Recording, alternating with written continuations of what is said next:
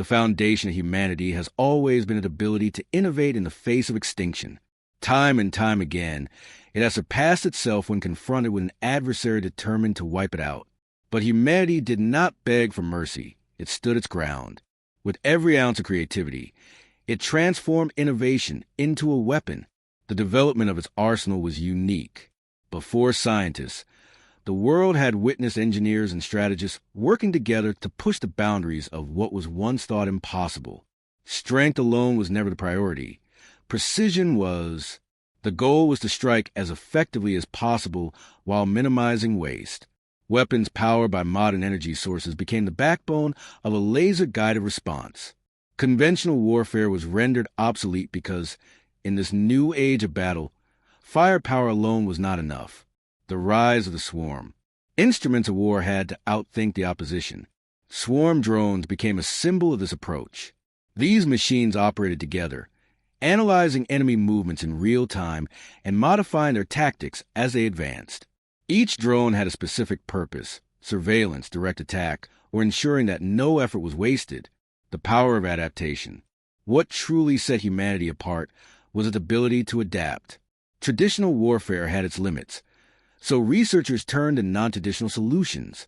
Electromagnetic pulse, EMP, technology emerged as a game changer, leveling the playing field by neutralizing enemy systems without damaging physical infrastructure. This wasn't just destruction. It was a systematic dismantling of the enemy's ability to retaliate. EMP strikes rendered hostile forces helpless, making their advanced systems useless.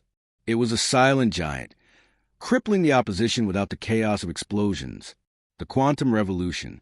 At the heart of these technological marvels was an unwavering pursuit of innovation. Quantum computing played a vital role, processing data at speeds beyond comprehension.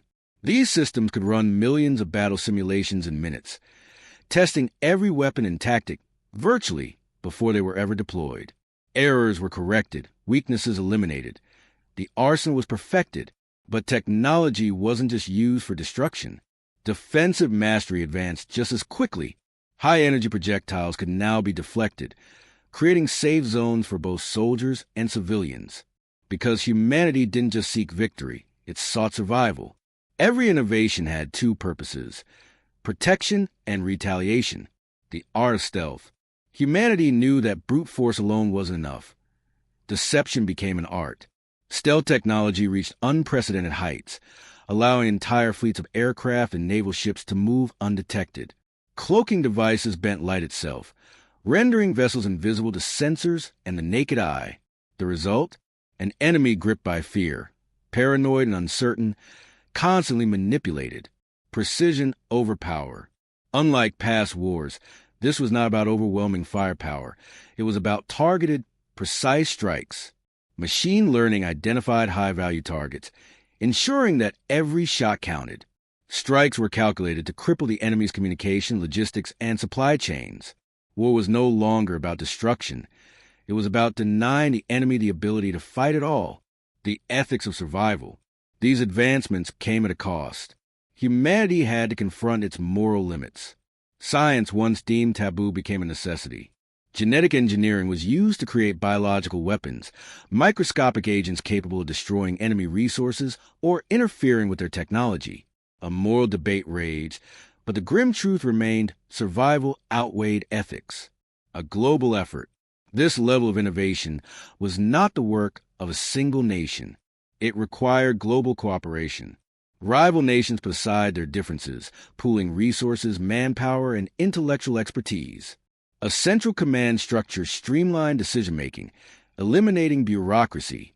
Scientists and strategists worked in unison to ensure that every action served a greater purpose. Rapid innovation and adaptability. War was unpredictable. Humanity understood that rigidity meant failure. AI-driven surveillance predicted enemy movements, allowing for preemptive strikes. Misinformation became a weapon. False intelligence led the enemy into traps. Disinformation sowed chaos, forcing opponents to waste resources on phantom threats. Because war wasn't just about weapons. It was about controlling the enemy's mind. The logistics of war. War demands vast resources.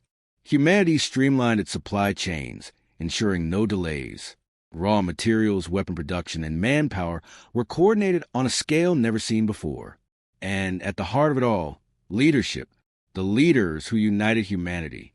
Charismatic and decisive leaders rallied the world. They ensured that every soldier, scientist, and worker understood their role in the fight for survival. They inspired not just armies, but entire populations. Humanity fought not as nations, but as one species. The hybrid warfare model. Conventional troops and advanced AI technology worked in tandem, merging human intuition with machine precision. Commanders on the ground operated independently, making split-second decisions without waiting for approval. Opportunities were seized. Threats were eliminated, learning from failure.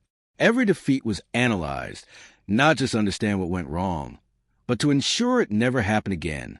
Tactics evolved, the enemy adapted, but humanity was always 5 steps ahead. The true strength of humanity.